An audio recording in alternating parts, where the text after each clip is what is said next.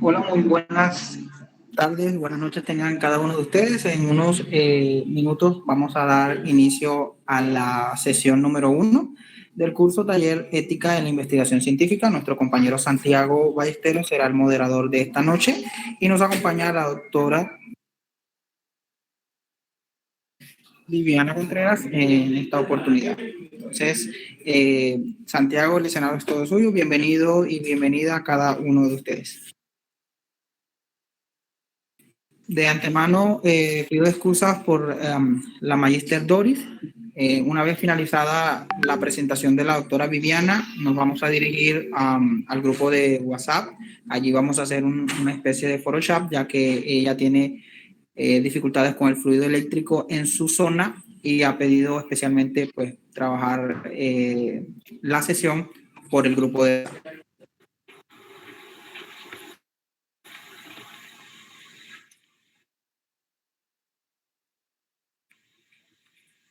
Muy buenas noches, compañeros, compañeras. Agradecido con nuestro compañero Daniel por la introducción. Esta ocasión es una posibilidad más de encontrarnos y hablar de muchos conceptos, muchos temas que como región, como nación y como concreto y que nos convoca, ética en los contextos de investigación científica. Dicho lo anterior, procedo a hacer la presentación de nuestra compañera Viviana. Ella es doctora en educación, es egresada de la Universidad de Baja California, cuenta con estudios en educación con la Universidad de Sucre, tiene una excelente hoja de vida, es profesora catedrática de la Universidad de Sucre, perteneciente al sistema de universidades estatales del Caribe colombiano. Ella nos estará compartiendo la noche de hoy una ponencia muy interesante. Procedemos entonces a darle el espacio para que haga la disertación correspondiente. Buenas noches, saludo especial para todos. Quiero agradecer a las autoridades académicas de esta red académica que han tenido a bien invitarme a este espacio, porque este espacio nos ayuda a generar intercambios de saberes. Indudablemente nos ayuda a socializarnos con temas que tributan a la consolidación de ese ecosistema cognitivo y de un convivio académico que nos convoca a todos los investigadores en general y todas aquellas personas que desean incursionar en procesos de indagación y de investigación. Quiero reconocer ese liderazgo que muestra la red para potencializar estas experiencias justamente, y estas experiencias nos ayudan a divulgar el conocimiento científico. Por eso exhortamos esta noche a esa escritura idónea, a esa escritura integrativa y esa escritura científica que nos permite que podamos alojar en nuestros escenarios de disertación académica y científica la idoneidad estética y ética en la investigación. La noche de hoy estaré abordando algunos tópicos interesantes que nos ayudan a trabajar la ética de la investigación como una integridad científica. Por tanto, en estos momentos voy a compartirles el material de apoyo con el cual vamos a apoyar directamente el discurso en esta noche. Les pido el favor que me puedan confirmar o corroborar si están observando la presentación. Te confirmamos que en efecto lo estamos haciendo. Vemos Perfecto. Que está la pantalla compartida. Perfecto. Ética de investigación, integridad científica. Ese ha sido el título que le hemos asignado a nuestra disertación. Yo lo voy a colocar en modo presentación, aunque si se coloca un poco lento, ustedes por favor me confirman.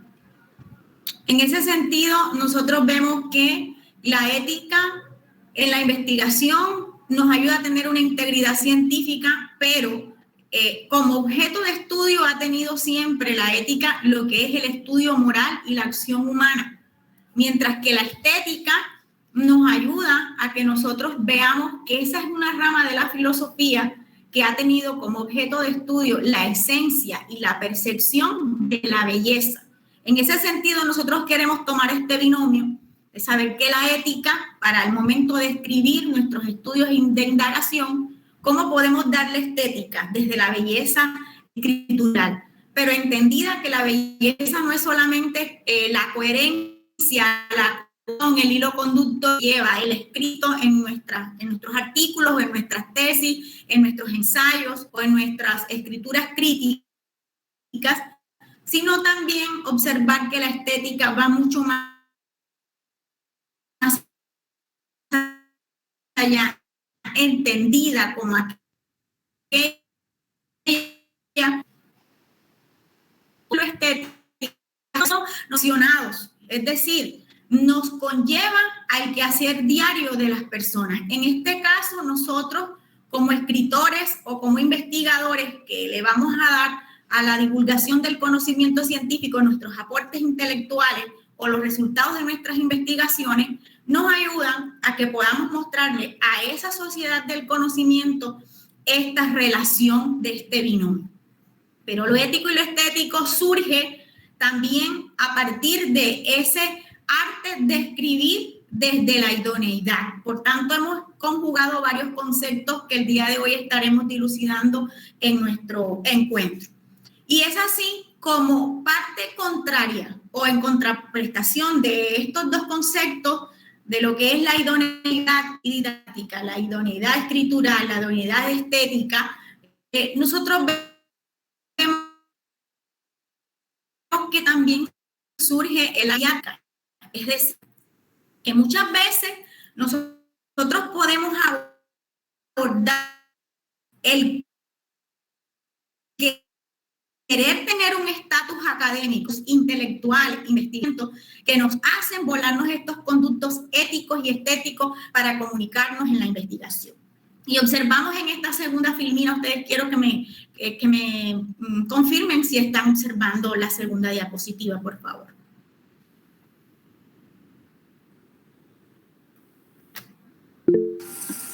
No. En efecto, lo estamos visualizando, pero lo ideal sería que, pues, voy a colocarla en modo edición y sé que así sí va a correr, porque normalmente cuando tenemos abierto micrófono y imagen, por eso hago las preguntas. Cuando estamos en imagen y tenemos micrófono abierto, se torna un poco lento la red de internet y no deja ver la siguiente presentación. Por eso la voy a dejar de esa manera. Igual yo a los representantes de la red le voy a compartir el material de apoyo para que también lo tengan a la mano. Es importante en este contexto que estamos desarrollando que la ética en la investigación se convierta en ese acto que debe permanecer en todo investigador. Oigan esta premisa que les comparto. La ética y la investigación es un acto que debe permanecer en todo lo que el investigador está desarrollando, desde cuando está la idea de la indagación, desde cuando quiere llegar al público objeto de estudio o a los sujetos participantes.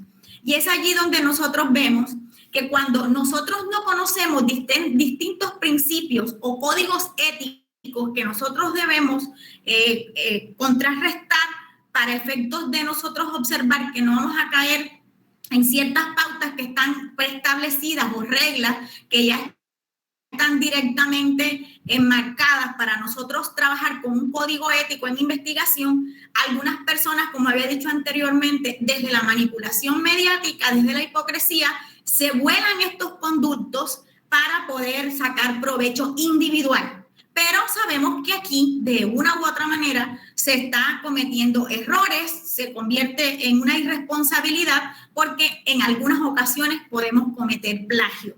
Y sabemos que cuando hacemos esta aseveración de plagio es cuando no le damos ese reconocimiento a los autores que nosotros hemos consultado y de acuerdo a ello tomamos ideas que son de ellos intelectualmente en la sociedad del conocimiento ya circulando y vemos que hoy gracias a muchos de los software existentes que conocen el nivel de similitud en la escrituralidad nos permiten reconocer que se puede incursionar en este error.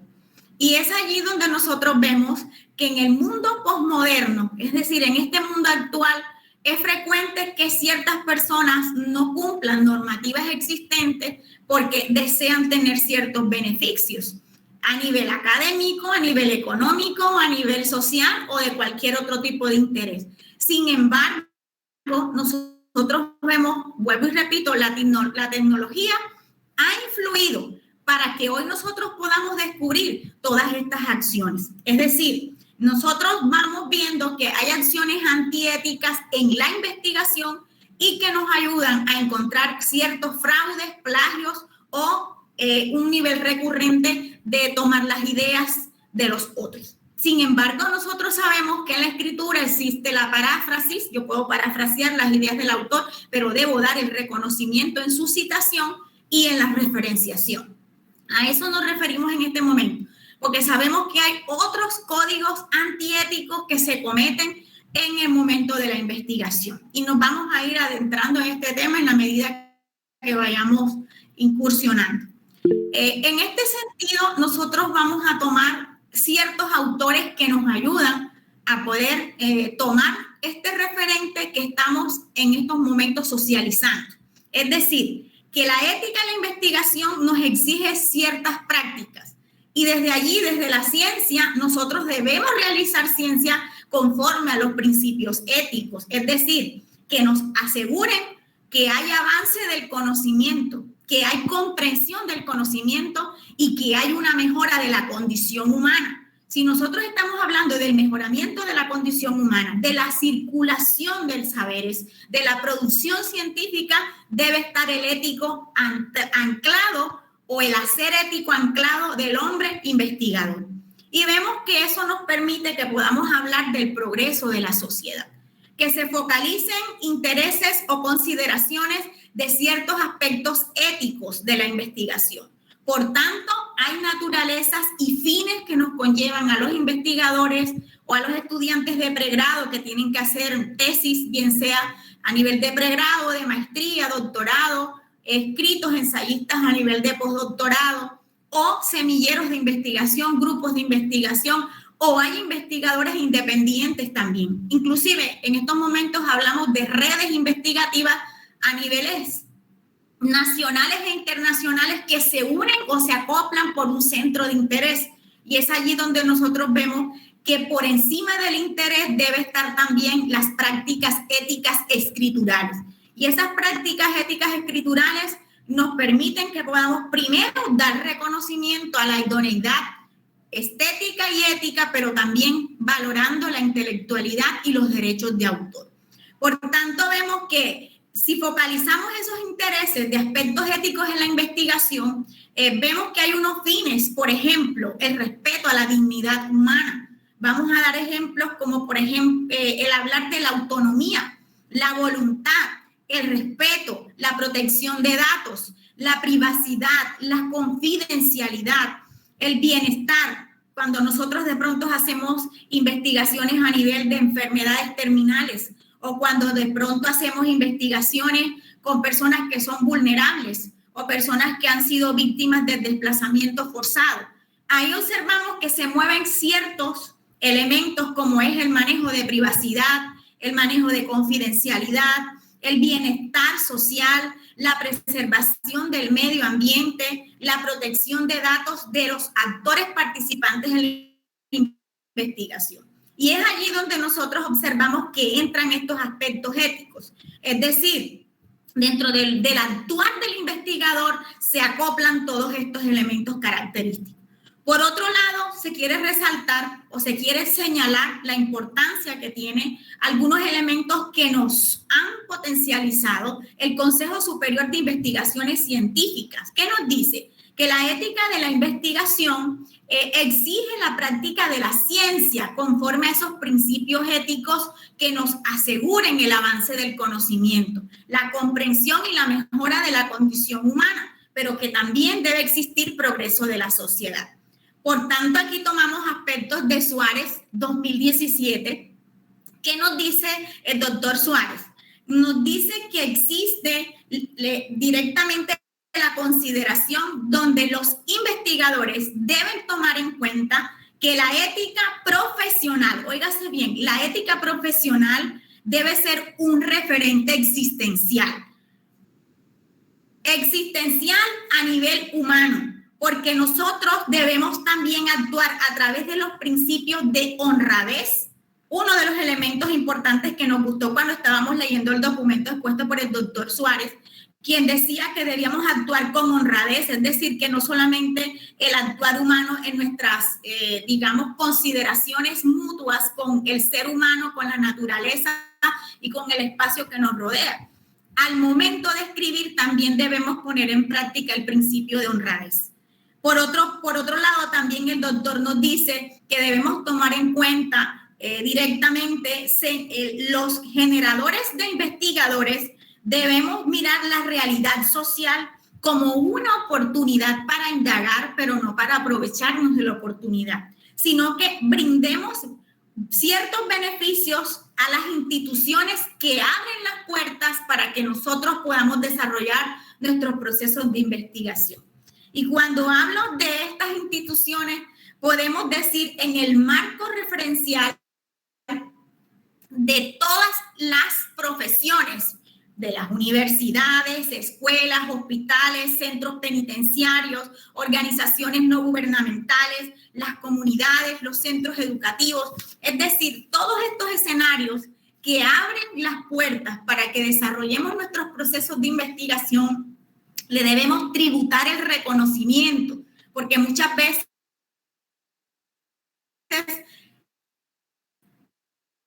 lanzamos el reconocimiento a esas entidades que han abierto el espacio para que nosotros podamos desarrollar nuestra investigación. Por tanto, lo consideramos como un principio ético, el darle el reconocimiento a las instituciones que pueden abrirle el espacio para que nosotros podamos interactuar con aquellos actores o sujetos participantes que permiten que existan unas reuniones en nuestras informaciones. Por otro lado, resaltar estos elementos que nos pueden requisitos en la investigación. Hemos querido hablar de este concepto y están agarrados desde la mano del postulado del doctor Gallet. Doctor Gallet nos dice que nosotros, para hablar de ética en investigación, tomando un segundo autor, hablando de este concepto, nos dice que nosotros, para ser éticos investigativos, debemos abordar nuestra investigación a partir de un documento importante. Y él lo ha denominado protocolo de investigación. El protocolo de investigación nos dice que puede permitirnos principios éticos y estéticos. Nos dice que deben pasar también estos requisitos éticos o los protocolos que nos ha propuesto el doctor Gallet. Nos dice que deben pasar por ciertos requisitos de investigación, pero que primero, antes de tener ciertos requisitos, debemos hablar de un comité de ética a nivel de las universidades, a nivel de las revistas, a nivel de los diversos escenarios que nos ayudan a que nosotros también podamos ser compiladores, porque tenemos libros o tomos que logran llegar a la sociedad del conocimiento alojados en unas bases de datos, pero que ahí debe existir el comité editorial. Y así como existe el comité de revisores, el comité de árbitros, los pares ciegos, también debe existir, bajo la mirada del doctor Gallet, nos dice que debe existir una figura de comité ético. Y ese comité ético es quien va a emitir que los lineamientos se deben cumplir para así poder revisar los proyectos y que estos proyectos o las diferentes experiencias investigativas incluyan dentro de su protocolo de informe las características específicas que se proponen a nivel de procedimientos y lineamientos. Ahora bien, el doctor Gallet también nos habla de ciertos requisitos éticos de investigación y él propone directamente 4 requisitos. El primer requisito está enmarcado en que el investigador debe tener experiencia en el tipo de investigación que está proponiendo, porque muchas veces nosotros vemos que a nivel de experiencias ahondamos en un método, ahondamos en un paradigma, ahondamos en un tipo de investigación que desconocemos y se cometen ciertos errores. Por tanto, para efectos de subsanar este tipo de errores, las universidades colocan un acompañamiento a través de la figura de asesores o tutores para que puedan ir guiando el camino de acuerdo al tema objeto de estudio, pero también a el tipo de investigación que está desarrollando, bien sea el semillero, el grupo o el investigador, a nivel de maestría, a nivel de tesis doctoral o también a nivel de pregrado.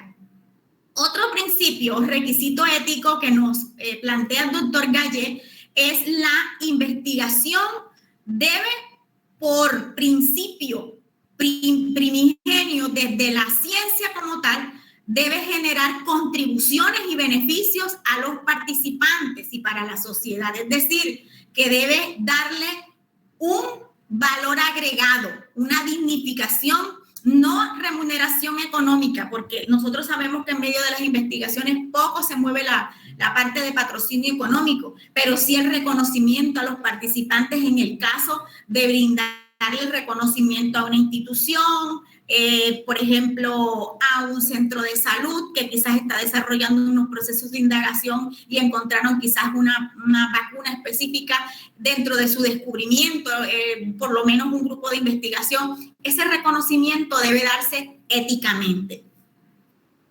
Otro principio que propone el doctor Gallé es que se debe cumplir con la obtención del consentimiento de participación en el estudio, lo que habíamos hablado anteriormente desde la mirada del doctor Suárez, es decir, cada actor participante debe firmar su consentimiento informado, como lo hacemos cuando nosotros vamos a un procedimiento médico y desde la medicina como tal nos entregan un documento llamado consentimiento informado para efectos de poder proceder el médico éticamente con el proceso que se va a llevar, bien sea quirúrgico o interventivo a través de algún proceso que se vaya a dar, digamos que sea ambulatorio.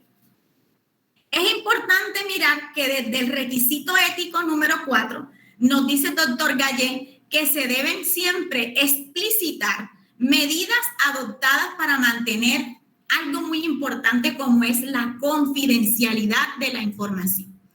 En la parte investigativa cualitativa, nosotros trabajamos con seudónimos, es decir, normalmente si estamos haciendo indagaciones con menores, hay que manejar consentimientos y asentimientos informados. Y del mismo modo, por ejemplo, si vamos a hablar de un caso de un niño autista, de un niño de síndrome de Down, de un estudiante que presente alguna necesidad educativa especial, colocamos seudónimos como E1 para quizás resaltar y decir estudiante 1, o decimos D1 para decir el docente 1, de acuerdo al número de participantes. O si vamos a hablar de padre de familia número 10, PF10, es decir, damos seudónimos para poder conservar el principio de confidencialidad de la información. Pasamos a la figura del consentimiento informado, que es importante. Varios autores han tomado este concepto. Ya hablamos del doctor Suárez, hablamos del doctor Gallé, pero también tenemos bajo esta mirada algunos elementos que expone el doctor Álvarez. También miramos que Simon, Cristian, Gallú, ellos también han trabajado el aspecto del consentimiento informado. Pero miren cómo nos dicen ellos que se debe utilizar el consentimiento informado, haciendo como un recorrido histórico y hablando como de una línea de tiempo sobre autores específicos que ya han tomado el concepto de consentimiento informado y lo han adaptado a hacer ciencia. Es decir, cuando hay investigadores, como este concepto entra a poder unir también lo que es la ética investigativa. Y el consentimiento informado nos dicen que nos permiten que las personas que participan en la investigación tienen derecho a estar informadas sobre la naturaleza del estudio, cuál es el propósito y cuáles son las consecuencias de esta indagación o de esta investigación. Y es así como nosotros hablamos del respeto, el respeto que merece la libertad humana para incluir a los actores participantes, las condiciones de cómo ellos van a estar, el tiempo indicado, qué días, por ejemplo, cuando hablamos de los grupos focales o cuando nosotros hablamos de un grupo experimental o quizás cuando abramos grupos de conversación, o cuando voy a hacer observación directa, observación participante, observación no participante.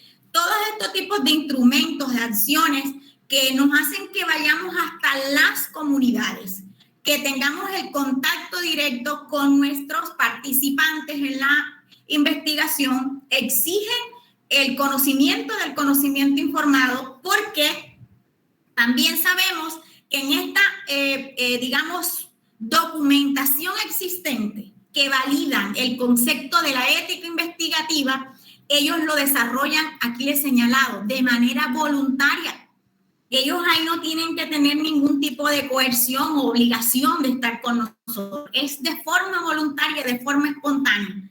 Y también debemos saber que en el consentimiento informado debe estar exhaustiva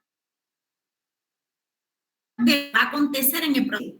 Nosotros vemos que el proceso del consentimiento informado tiene características específicas que les voy a señalar. Una de las características es informar al participante cuáles son los objetivos del estudio, es decir, anticiparle los temas que les vamos a indagar y la duración esperada de la entrevista o de la encuesta que se va a desarrollar. Garantizar la confidencialidad de la información, porque así tenemos un mayor nivel de asertividad, un nivel de cercanía y también vamos a manejar empatía con los actores participantes de la investigación. Informar sobre los riesgos que se puedan tomar a la persona o los beneficios de participar en esta convocatoria como tal o en el proceso de indagación. Debemos teléfono de quién, del responsable de la investigación, por si en algún momento tiene dudas, pueda comunicarse directamente con nosotros. Informarle al participante que su colaboración es voluntaria, que puede abandonar la entrevista o la encuesta sin que esto le pueda acarrear ningún tipo de consecuencias negativas. Eso es importante también trabajarlo dentro del consentimiento informado y es parte de la ética del investigador. Nosotros también resaltamos elementos como que podemos recabar firma, nombre, domicilio, que son aspectos que son muy personales de los entrevistados o de los encuestados y que recordemos que esta información es muestra voluntaria de su participación.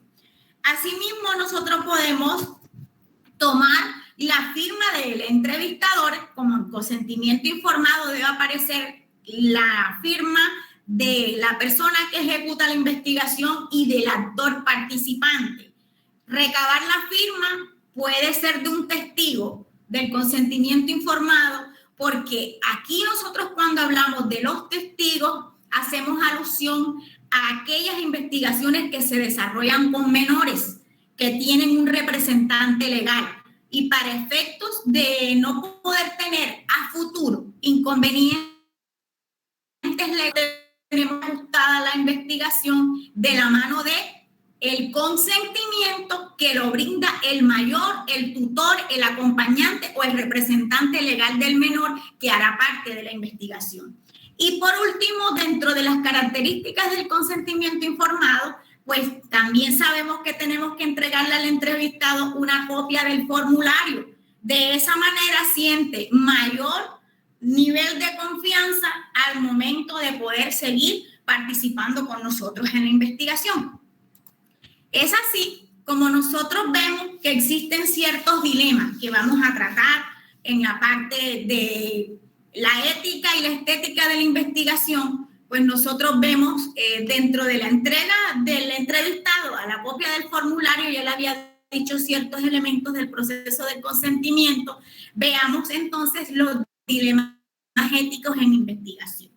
El primer dilema que vamos a colocar esta noche, porque nos decían que era como un taller, y además de eso hablar de aspectos que nos venían dando variantes específicas con algunos autores que han venido abordando el concepto a lo largo de una línea de tiempo. Entonces, el primer dilema que queremos en esta noche trastocar en este conversatorio es que si hay normas que se hacen para nosotros defender los derechos de los participantes y que exigen la identificación de ellos, pero en la práctica muchas veces se viola el derecho al anonimato.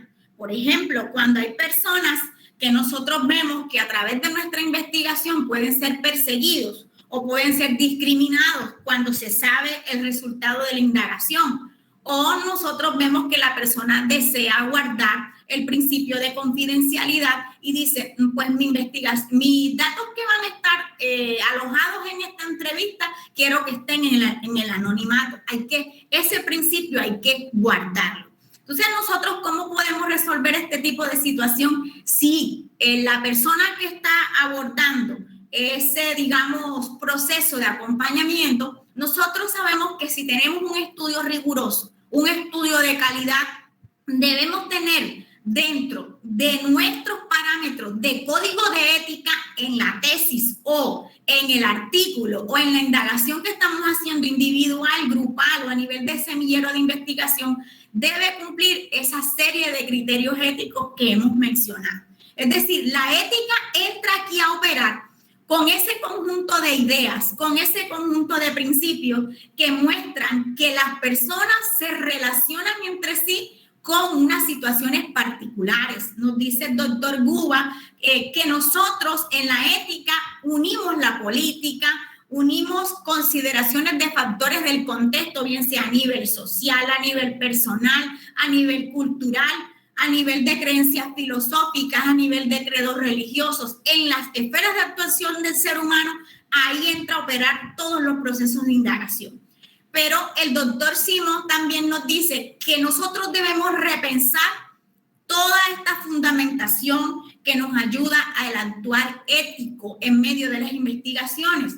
Y es allí donde nos dice que en el proceso de investigación tomamos decisiones. Es decir, en el proceso de investigación hay toma de decisiones que nos ayudan a adoptar o a acoplar determinados comportamientos con respecto a las personas con las que nosotros estamos interactuando en la investigación. Es decir, apelamos a la ética profesional y esto es una consecuencia que debemos tener los investigadores para efecto de rescatar ciertas ideologías que nos ayudan a orientar lo que hacemos, lo que escribimos, lo que le impulsamos a la sociedad del conocimiento triangulando información, pero también encuadramos nuestros valores. Y estos valores nos ayudan a que podamos seguirnos motivando, podamos seguir teniendo satisfacciones cuando entregamos un documento que está permeado por la ética, porque así nosotros obtenemos una actuación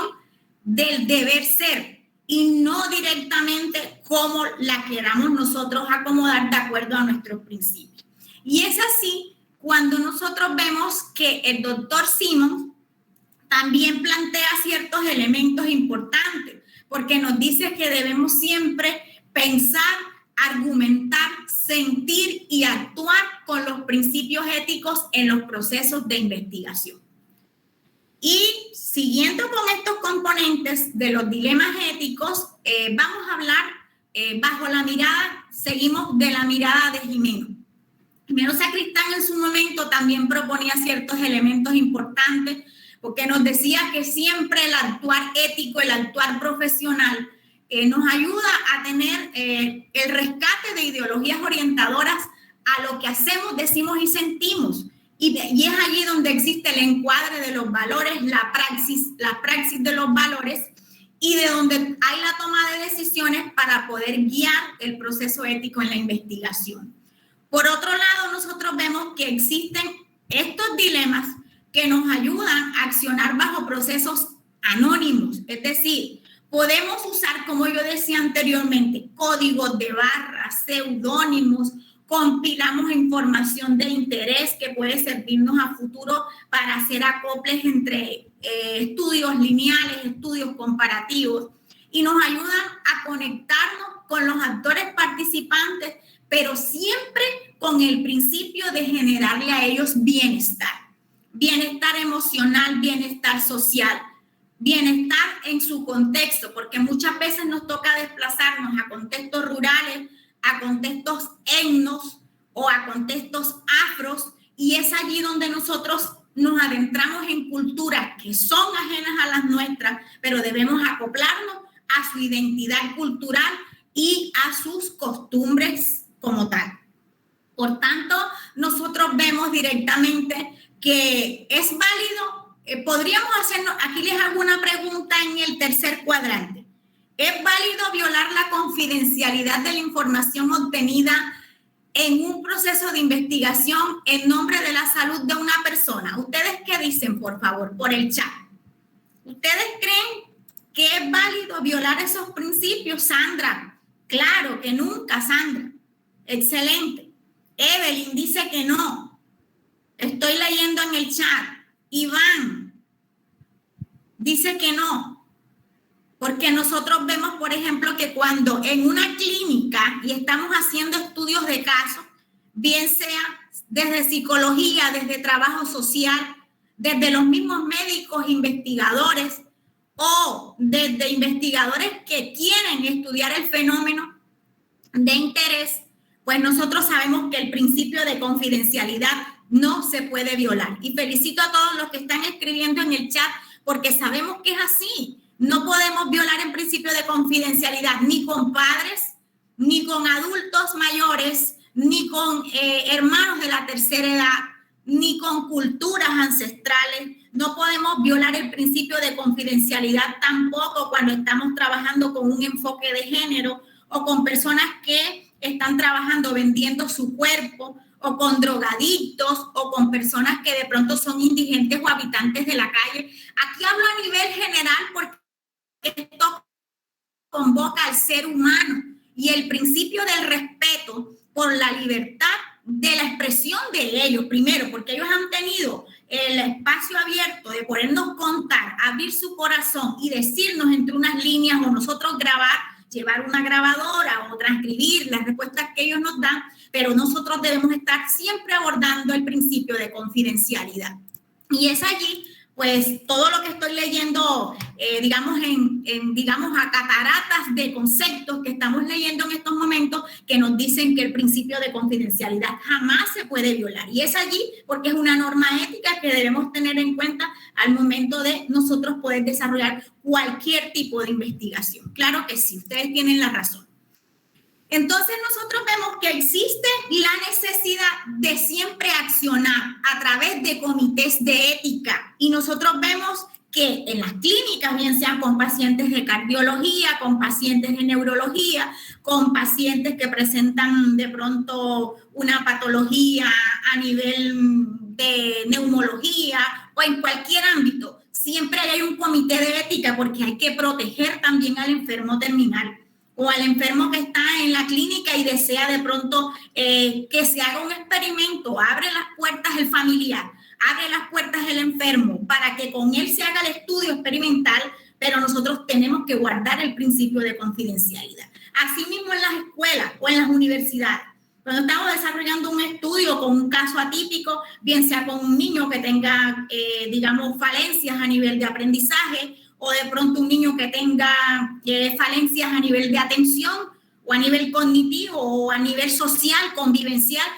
también de la misma manera nosotros guardamos el principio de confidencialidad. O hablemos de los contextos también profesionales. Por ejemplo, estamos trabajando con actores participantes que son empleadas domésticas o arquitectos, o de pronto si a ellos se les está violando el principio de poder conectarse con unas horas específicas, inclusive con teletrabajo, jornada presencial, jornada continua, jornada extendida. Con todos los actores, en cualquier contexto que podemos desarrollar investigaciones, siempre debemos guardar el principio de confidencialidad.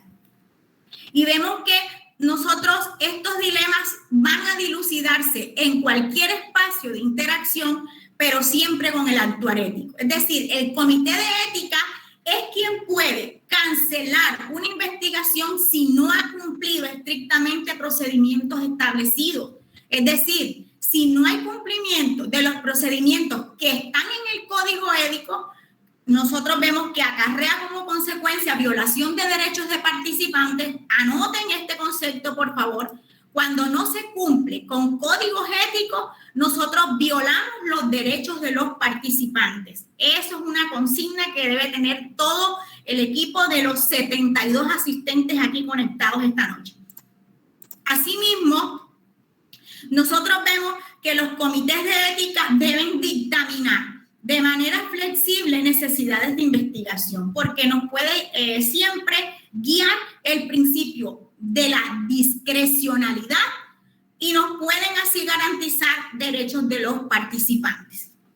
En ese mismo sentido, observamos que acá les voy a hablar que en el proceso de los dilemas éticos voy a trabajar dos aspectos, como le había dicho anteriormente en la introducción. Hay dos aspectos básicos que se manejan en los dilemas éticos. Uno, la confidencialidad. Dos, el anonimato. Y entendamos qué quiere decir esos conceptos bajo la mirada de ciertos autores. Es así como nosotros vemos, aquí he tomado dos autores para la confidencialidad. Tenemos al doctor Christian y al doctor Simons. Uno de investigación del 2011 y otro del 2012. Y veamos que tienen 10 años que hemos tomado este referente, uno y el otro tiene 11 años, 10, 11 años, y observamos que desde allí podríamos abordar elementos como lo siguiente. En primera instancia, saber que la confidencialidad se debe garantizar desde el primer momento como resguardo a un riesgo de no exposición o un riesgo de exposición no deseada ¿de quién? Del actor participante. La información personal de cualquier tipo que nosotros tengamos con las personas que hemos tenido acercamiento para desarrollar la investigación debe estar asegurada y debe estar oculta. A eso le llama el doctor Christian principio de confidencialidad, cuando salvaguardamos información que puede comprometer al actor participante. Y veamos qué dice Simons. Simons nos dice lo siguiente, que cuando nosotros aseguramos a los participantes, óigase bien, nosotros vamos a respetar el deseo de mantener en secreto, no se va a mostrar la procedencia de la información que se haya dado, porque sabemos que producto de nuestras investigaciones se pueden obtener, nosotros podemos obtener datos sensibles, datos personales que pueden causar problemáticas en todos los sentidos del ser humano. Y por tanto es importante la negociación democrática del procedimiento, porque nosotros sabemos que estos datos deben ser comprobados por las personas antes de hacerse públicos a través del informe. Es decir, si la persona autoriza que cierta información circule en los resultados, ya ha sido autorizado como tal por los actores participantes, más no los develo yo porque yo quiero simplemente figurar con una información que no es mía, que el otro lo ha dado. Pero siempre estamos salvaguardando el principio de confidencialidad. En otro dato que hemos tomado como dilema, que es un proceso que también recurrentemente vemos en la investigación, es el actuar con el anonimato. ¿Qué es ese anonimato? Tomando a los mismos dos autores que nos dieron también el concepto de confidencialidad.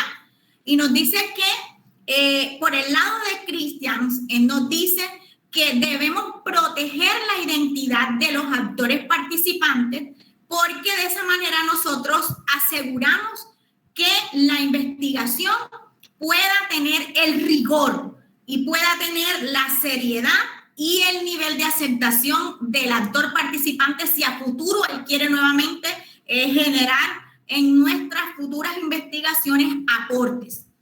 Del mismo modo, el doctor Simons nos dice que para llevar a cabo el principio del anonimato debemos cambiar los nombres a las personas y ofrecerles protección y privacidad.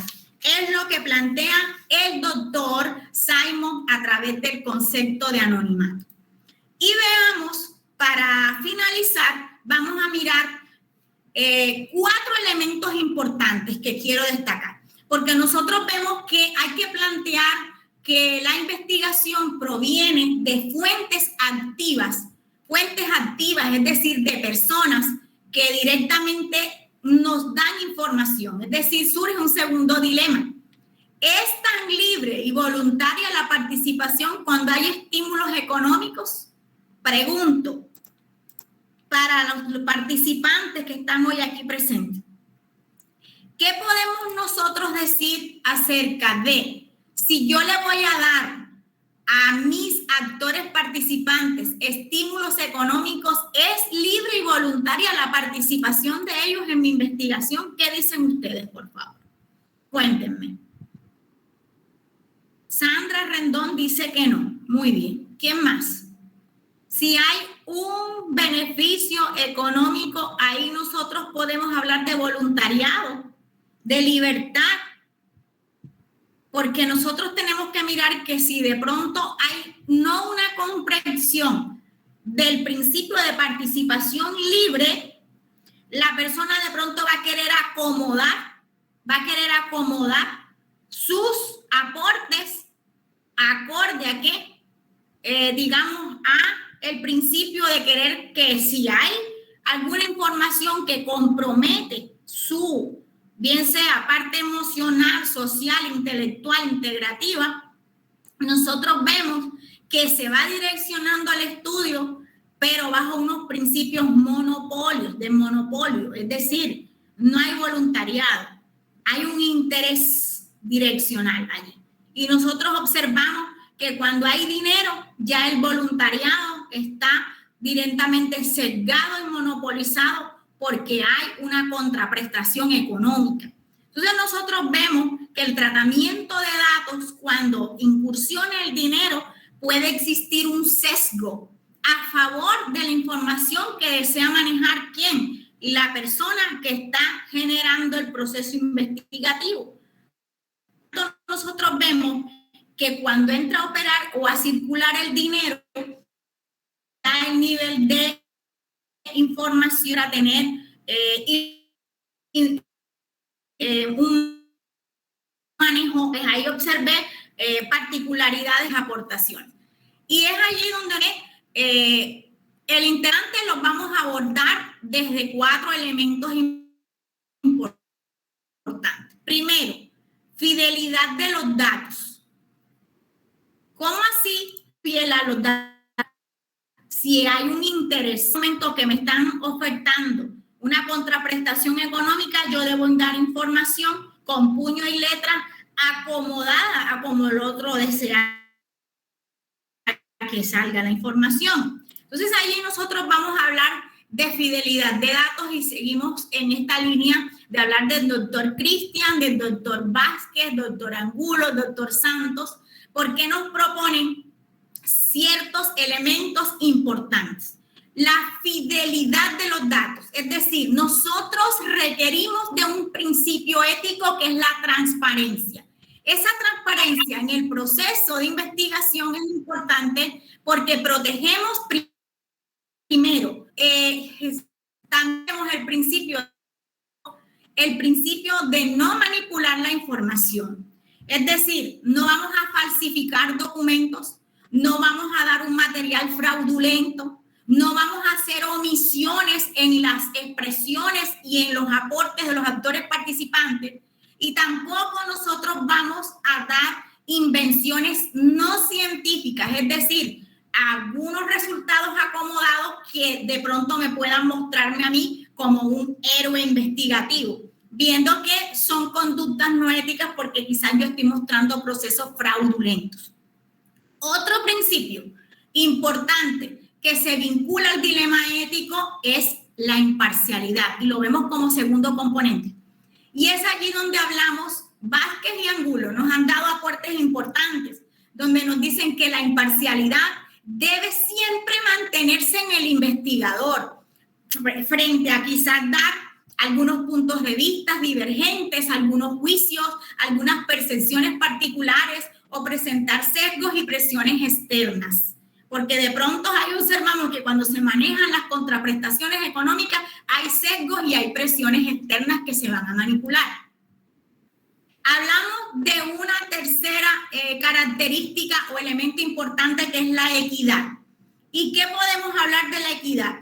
Bueno, en primera instancia, Vázquez y Angulo nos dicen que los individuos o los seres humanos bien sea desde la individualidad o desde el componente social. Debemos recibir un trato justo, un trato equitativo. Es decir, no puedo actuar con desequilibrio, no con un pensamiento tendencioso, porque sé que bajo las miradas de estos criterios nosotros podemos incluir principios de igualdad y respeto. Es decir, que cuando estoy trabajando con varios actores que quizás no pueden pertenecer a un mismo componente cultural, creencia religiosa, credo político, enfoque de género, yo debo tener el mismo tratamiento para todas las personas que actúan en mi investigación o que interactúan conmigo. Entonces, por tanto, debo poseer los mismos derechos básicos que implementa una población, se la debo implementar a todas, el mismo tratamiento de equidad e igualdad. Porque recordemos que el principio de la no discriminación también es un código ético en la investigación. Y por tanto, nosotros vemos que en el contexto evaluativo las características de raza, religión, grupo étnico a los que pertenecen las personas son relevantes, pero deben respetarse acorde a la idoneidad investigativa. Y observamos que planteamos un último principio para que no se les olvide. Hablamos primero de fidelidad de datos y nos vamos con el último elemento importante, que es el compromiso con el conocimiento, y con este principio finalizamos nuestro encuentro. El compromiso con el conocimiento dice que este criterio está íntimamente relacionado con la responsabilidad pública que rodea a toda la investigación. Es decir, ya ahí es el contacto con la comunidad lectora o con nuestros lectores que se han interesado por nuestro tema que hemos desarrollado en la investigación, y esta comunidad nos permite que nosotros podamos hacer sociedad del conocimiento. Mi público lector permite que exista el concepto de sociedad del conocimiento. Por tanto, nosotros debemos tener una relación con todos los principios de fidelidad, imparcialidad y equidad, porque al llegar a mi sociedad del conocimiento, a mis lectores, yo voy a mostrar una investigación seria, objetiva, frente a todos los digamos, principios éticos y códigos éticos que he socializado.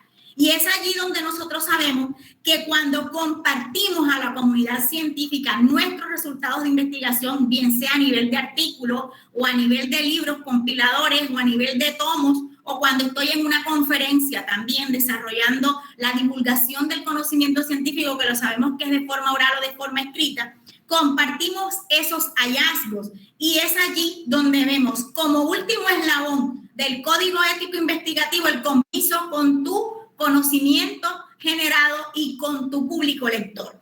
Y es allí vemos la relación con la indagación y los intereses existentes ante la sociedad del conocimiento.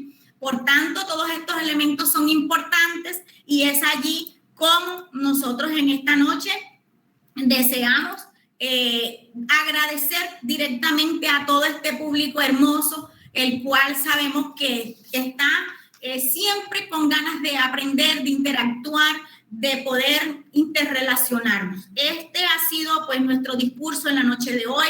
Vuelvo y repito, muchísimas gracias a la red académica que nos ha convocado para poder compartir en esta noche directamente nuestro trabajo que hemos ido abordando alrededor de 12 años. Esta conferencia tiene una segunda parte, que es el hito histórico.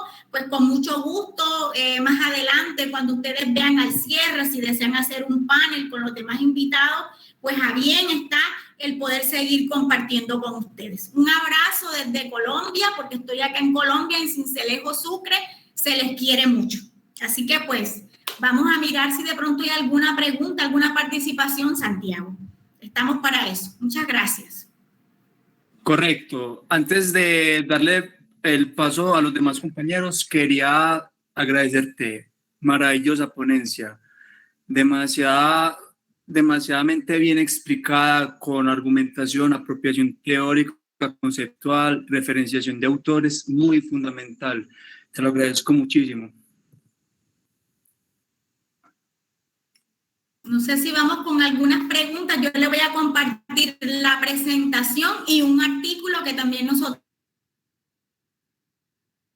hemos publicado, que le hemos denominado como título La ética y la estética en el contexto investigativo. Lo podemos compartir en el grupo para que ustedes también tengan en sus archivos personales la información. Correcto. Con mucho cariño. Muchas gracias, Santiago. Listo, ¿por qué no le damos la posibilidad a que hable inicialmente nuestro compañero Oscar, que creo que ha sido una de las primeras personas en haber levantado la mano? Y de paso, le damos la posibilidad a que se exprese nuestra compañera aquí presente, Hilder Gradis. Entonces, Oscar, por favor, levantaste la mano. Sí, buenas noches. Muchas gracias, doctora Viviana. Me encantó la ponencia. Muchas gracias, Santiago, por la oportunidad. Sinceramente, pues todos los principios éticos que ha mencionado son de mucha relevancia para ponerlas en práctica en nuestras investigaciones. Pero, sin embargo, tengo una pregunta. Fíjese que yo en mi práctica, ¿verdad? De lo que estoy haciendo recientemente, una investigación de seguimiento a egresados de cursos de formación profesional y cursos para emprendedores, caí con una organización. Pero me llama mucho la atención la parte del consentimiento, cómo obtener el consentimiento de las personas encuestadas, porque usted sabe ahorita todo se está haciendo a través de encuesta en línea, cómo podemos obtener la firma, el consentimiento de los egresados. Sin embargo, pues cuidamos mucho de los principios que usted mencionó, informarles, explicarles el objetivo, pedirles pues que es voluntario y que si desean participar o no, depende de ellos. Entonces, cuidamos muchos principios, pues, pero esa partecita del consentimiento me llama mucho la atención porque las encuestas montamos en una plataforma de Naciones Unidas que es Toolbox. Entonces, allí me gustaría escuchar algunas recomendaciones suyas para ponerlas en práctica y tomarlas en cuenta. Y saludos desde Nicaragua. Claro, Oscar, ¿cómo estás? Bueno, feliz noche. Gracias por tu pregunta, interesante. Oscar, sabemos que las tecnologías de la información y la comunicación nos ha permitido que hagamos comunidad académica investigativa en todos los rincones del planeta. Eso es algo importante. Pero puedes hacer el escrito, Oscar, le puedes decir al compañero Santiago que te pueda facilitar mi correo personal. Yo te voy a permitir un formato de consentimiento informado que nosotros trabajamos para investigaciones que tú la puedes montar en línea y al final le haces la pregunta a los actores participantes si desean o no desean continuar la información, tus datos, porque trae 3 componentes. Hay un componente introductorio donde tú colocas el objetivo de la investigación, por qué se desarrolla la investigación, qué tiempo va a demorar la participación del actor que desea generar conocimiento o dar sus narrativas. Y por último, que la persona, al final hay un cierre o hay un párrafo donde le dices a la persona que en cualquier momento que él desee abandonar la indagación lo puede hacer, sin ninguna, que le vaya a traer algún inconveniente a futuro. Entonces, ahí tú aseguras que la persona está en un voluntariado intelectual al momento de participar como narrativo en tu proceso de interacción a través de la entrevista que está desarrollando. Porque eso te va a permitir que al momento de tener los anexos en el tomo que vaya a salir en la investigación, tú puedas mostrar el código de ética anclado al documento. Y el código de ética son 2 o 3 capturas que tú puedes colocar en formato JPG para efectos de poder mostrar que el código ético sí se desarrolló con los actores participantes. Oscar, no sé si con eso te es suficiente, porque sí. Nosotros también trabajamos con una investigación hace poco de 10 países y enviamos el documento en PDF, pero PDF editable, que permitía con el lapicito al momento de editar que la persona pudiera hacer la autorización o no. Ya el documento venía en serie, marcado para los 100 participantes y se lo enviamos vía correo electrónico y ellos lo cargaban a través de una pestaña en Drive. Esa también es otra forma de poder garantizar tu consentimiento informado. No sé si con eso respondo tu inquietud, Oscar. Sí, muy amable, doctora. Muchísimas gracias. Claro que sí, voy a solicitar su correo y claro, estamos para aprender Con y gusto. retomar También, sí, eso Oscar. es buena recomendación, se lo agradezco. Hay algo importante que me gustaría, Santiago, que traten con el resto de participantes en las conferencias, en las diferentes sesiones.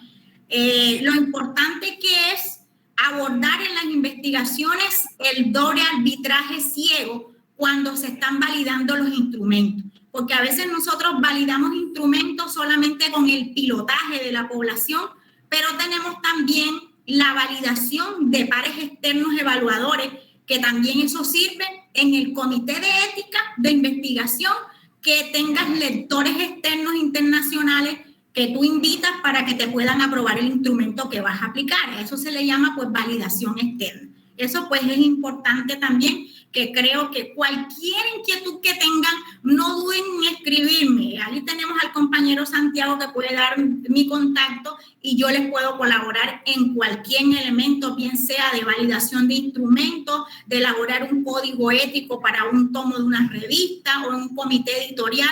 Les puedo brindar asesoría de 1000 amores. Eso no va a costar absolutamente nada, simplemente el amor del mundo por generar sociedad del conocimiento. Solamente eso. ¿Listo? Excelente, excelente. Démosle paso a Hildelgardis. Por favor, que alzaste la mano. Sí, buenas noches. Bueno, mi nombre es Hildelgardis Ávila, de acá de la isla de Margarita, Venezuela. Bienvenida. Estoy a cargo de acá de una coordinación de un programa nacional de formación de enfermería integral comunitaria. Y bueno, parte de la pregunta ya fue respondida en esta respuesta que estaba ejecutándose en relación al informe, pues. Y realmente me llamaba bastante la atención el hacer este curso de ética para la elaboración de trabajos de grado, investigaciones y proyectos, por el hecho de que pues se rescata esa parte de las investigaciones cualitativas, desde lo que sería como tal, porque nosotros acá desarrollamos los estudios de caso y se trabaja con este método de investigación del proceso enfermero. Entonces, bueno, me parece súper genial poder ampliar el conocimiento de lo que se tiene para podérselo transferir a estos enfermeros de formación que tenemos hasta acá. Allí hablabas de si se mantiene la confidencialidad o no se mantiene la confidencialidad cuando estamos haciendo las investigaciones a los informantes clave en este caso. Y bueno, creo que cuando se hizo la pregunta, interpreté desde otro punto de vista y yo dije, bueno, sí, a veces se rompe la confidencialidad, pero definitivamente luego entendí que estábamos hablando desde lo que era la ética de la investigación y no desde el punto de vista de estar dentro de la labor de un hospital. Bueno, que si en algún momento de la legalidad, pues tendríamos que hablar por allá si fuese necesario. Pero definitivamente agradecidísima por toda esta excelente disertación que en este día pudimos escuchar desde usted, doctora Viviana. Agradecida. A usted por la participación. Doctora, una recomendación. Trabajen narrativas de vida. Ojalá en esa formación que tienen ustedes a nivel de enfermería, del programa de enfermería, todas esas experiencias se atrevan a trabajar con tomos de narrativas de vida o historias de vida, que a bien queda trabajar por un caso específico que ustedes o una patología que se esté presentando con una enfermedad específica. Y ahí observamos que se van compilando historias de vida que les van a ayudar después para estudios de casos propios generados desde la misma, digamos, práctica que desarrollan los estudiantes en formación de enfermería. Entonces, vayan pensando en ese estilo de trabajo como tal. Es una recomendación. Muchas gracias. Excelente. Muchísimas gracias. Excelente.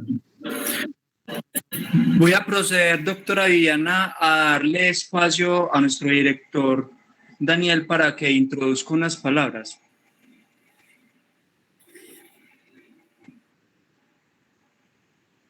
Dani, ¿estás ahí?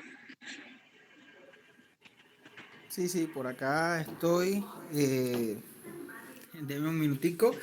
Bueno, muchísimas gracias, doctora Viviana. Realmente no hubo, como dicen por ahí, desperdicio en la presentación. Excelente ponencia la de esta magnífica noche. Y bueno, en nombre de la doctora, la magíster Doris, les deja un mensaje, por lo que voy a leerles textualmente lo que me indicó mediante WhatsApp. Hola, queridos participantes, por acá la profesora Doris Contreras. Por motivos ajenos a mi voluntad, hoy no los podré acompañar, pero tengan por seguro que llevaremos a feliz término nuestra actividad. Dani, El tema, la qué ética pena, de no se te investigación escucha bien. cualitativa. Por acá voy a dejar la premisa de nuestro caso práctico, lo cual responderemos luego que pueda compartir con ustedes mi presentación. Sé que les va a encantar y bueno, gracias por su comprensión. Ella viene realizando un trabajo investigativo de carácter o de enfoque cualitativo, el cual fue rechazado, su investigación de tesis doctoral de tipo de investigación acción participativa por un comité ético que no contempla en sus estructuras funcionales la investigación científica desde el enfoque cualitativo.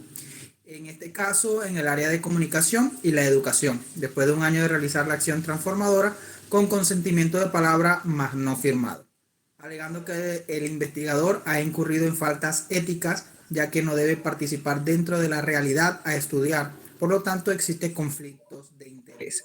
El resultado, se realizó una acción transformadora, la cual benefició a la organización en la que se realizó el contexto situacional, pero no se pudo ni escribir el proyecto final ni presentar los resultados de la misma.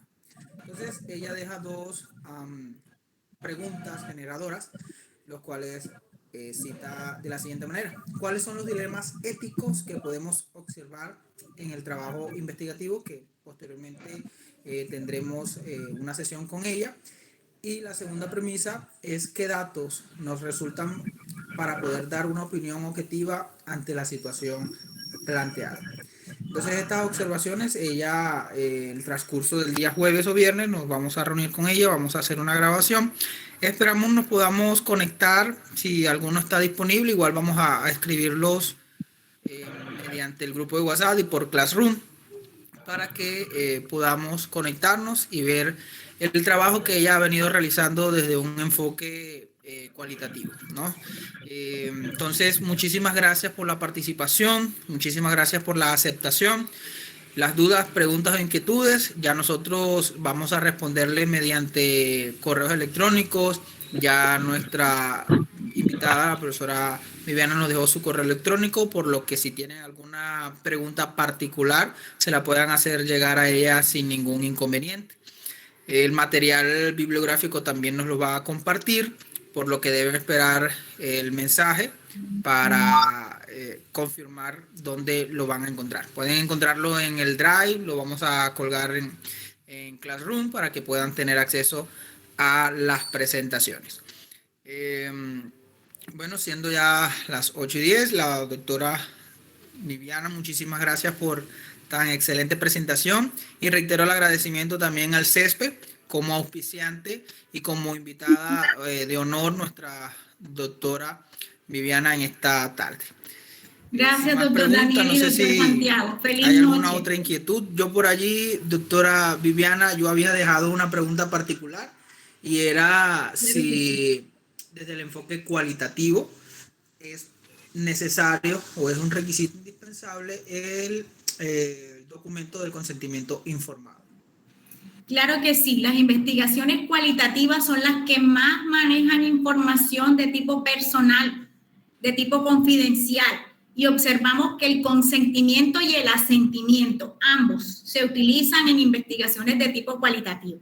Son necesarias, inclusive en la mayoría de las tesis que obedecen a esta naturaleza de investigación, le vamos a observar que en los anexos aparecen los principios éticos relacionados escaneados, donde nos pueden permitir ver con puño y letra de los actores participantes que se aceptaron que su información vaya recopilada como tal en la tesis. Claro que sí, indudablemente.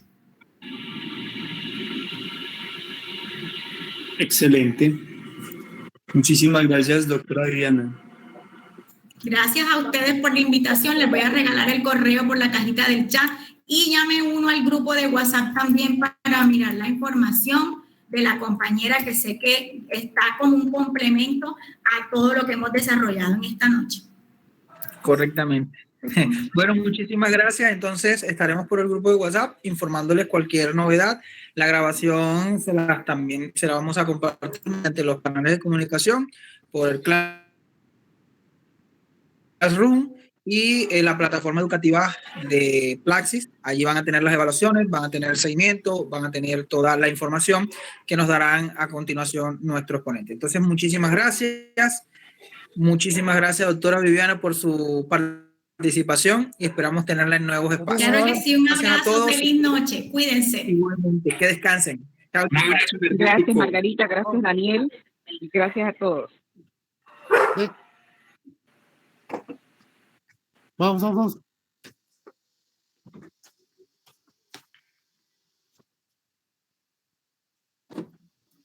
Sebastián, apúrate. Vamos. Gracias. Vamos a cerrar los dientes.